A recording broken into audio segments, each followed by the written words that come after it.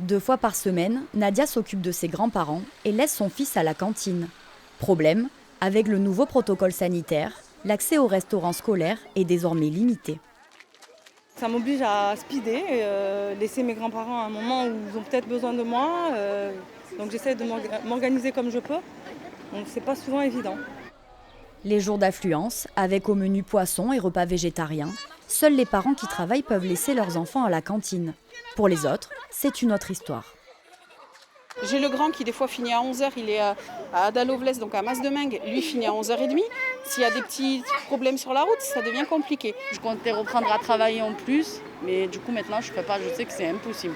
S'il faut revenir les chercher à midi, c'est impossible qu'on peut reprendre à travailler. À la cantine, le nouveau protocole sanitaire impose une distance plus importante entre les tables, 2 mètres au lieu d'1 entre 2 enfants de classes différentes. Et cela pose problème. La capacité du restaurant ne permet pas de faire les 2 mètres de distanciation qui sont imposés. Voilà. Et le nombre d'enfants, plus les 2 mètres, on ne peut pas tenir le protocole dans ces règles en fait. Pour respecter le protocole, la mairie a restreint l'accès de 17 restaurants scolaires. Un coup dur pour les parents, souvent aidés financièrement pour la cantine.